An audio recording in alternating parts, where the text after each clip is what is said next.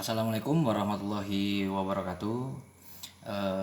Nama saya Hamzan Wadi. Saya dari jurusan Siasat Syariah Sekolah Tinggi Agama Islam Negeri Bengkalis. Dan pada kesempatan ini, di video ini saya akan menjelaskan sedikit tentang Mahkamah Syariah yang berada di Provinsi Aceh. Dan di video ini juga adalah sebagai tugas akhir semester yang diberikan oleh Bapak Afdal Askar. Kemudian di sini saya akan menjelaskan secara umum terkait apa itu Mahkamah Syariah.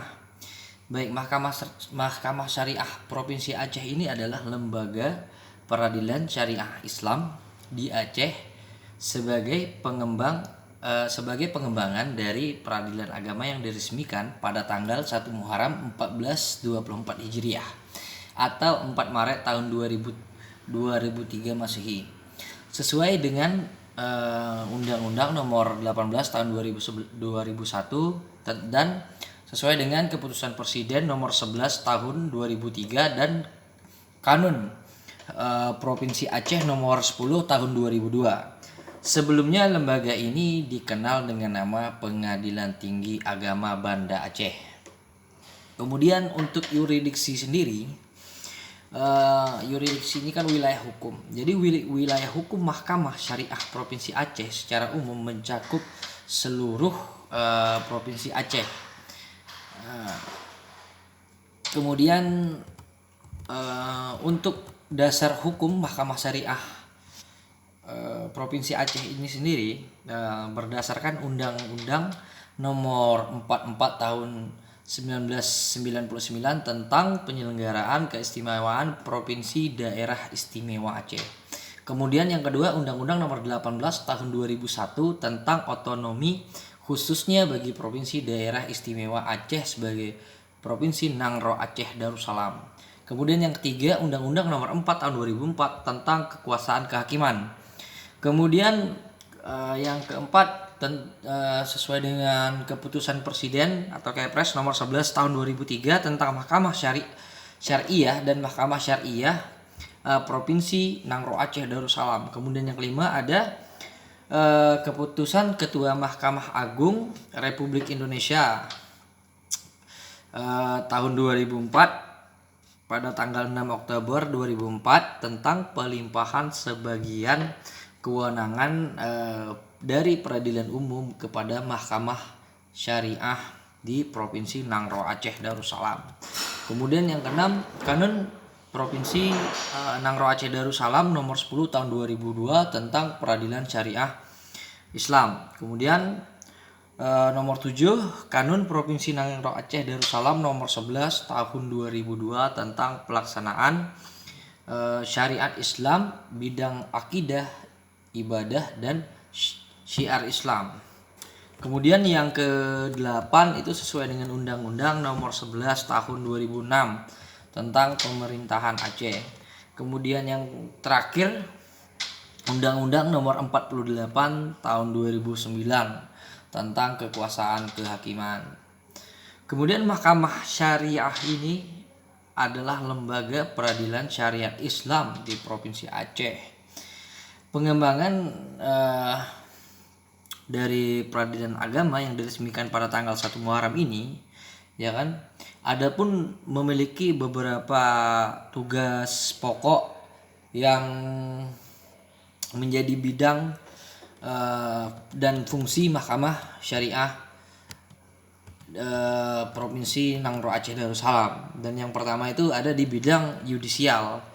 Ya, yang pertama itu kekuasaan dan kewenangan Mahkamah Syariah dan Mahkamah Syariah Provinsi adalah kekuasaan dan kewenangan pengadilan agama dan pengadilan tinggi agama ditambah dengan kekuasaan dan kewenangan yang lain yang berkaitan dengan kehidupan bermasyarakat dalam bidang ibadah dan syiar Islam yang ditetapkan dalam Konun kekuasaan dan kewenangan pengadilan agama sesuai dengan pasal 49 Undang-Undang Nomor 7 Tahun 1989 adalah memeriksa, memutuskan, menyelesaikan perkara-perkara di tingkat pertama antara orang-orang yang beragama Islam. Kemudian ada juga tentang perkawinan, kemudian ada tentang kewarisan, wasiat, hibah dan wakaf dan juga termasuk ke dalam sedekah gitu. Kemudian di bidang kewarisan ini sebagaimana yang dimaksud dengan poin yang saya sampaikan tadi gitu. Jadi kekuasaan kewenangan penentuan siapa-siapa yang menjadi ahli waris, penentuan mengenai harta peninggalan, penentuan pembagian masing-masing waris dan melaksanakan pembagian harta peninggalan tersebut. Kemudian melaksanakan amanat dari pasal 25 Undang-Undang Nomor 18 tahun 2001 Konun Provinsi Nangro Aceh Darussalam Nomor 10 tahun 2002 memberikan kewenangan kepada Mahkamah Syariah untuk memeriksa, memutuskan dan menyelesaikan perkara-perkara pada tingkat pertama dan banding. Kemudian ada yang kedua yaitu tugas pokok non yudisial, yaitu sebagai yang pertama itu sebagai lembaga pengawasan. Pengawasan itu terhadap 3 hal, yaitu yang pertama melakukan pengawasan jalannya pengadilan tingkat pertama agar peradilan dilakukan dengan adil, jujur, cepat, sederhana dan dengan biaya yang murah. Kemudian yang kedua mengadakan pengawasan terhadap pelaksanaan tugas dan tingkah laku hakim, panitra atau sekretaris atau pejabat kepanitraan dan jurusita. Kemudian yang ketiga mengumpulkan data-data narapidana apabila Mahkamah Hakim Syariah sudah mengadili perkara jenayah.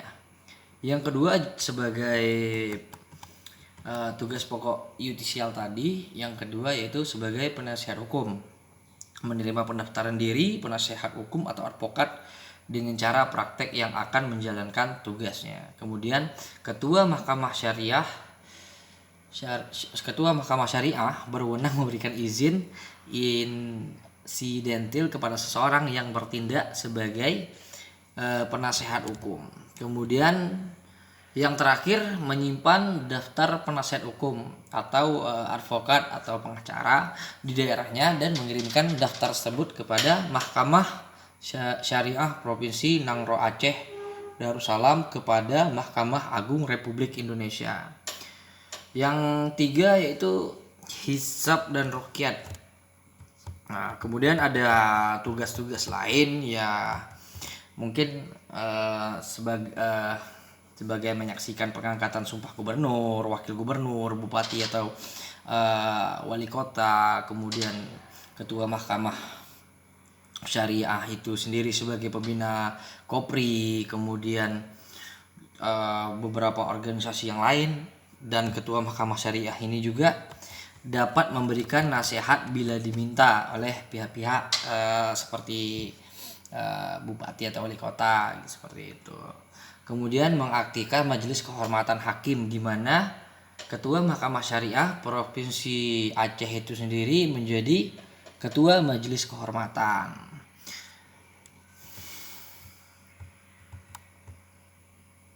Oke, mungkin di video ini cuman beberapa poin yang saya sampaikan tadi. Mungkin apabila ada kesalahan, saya mohon maaf karena kesalahan itu datang dari diri saya sendiri, dan yang paling benar itu adalah milik Allah Subhanahu wa taala. Demikian, wabillahi taufiq wal hidayah. Wassalamualaikum warahmatullahi wabarakatuh.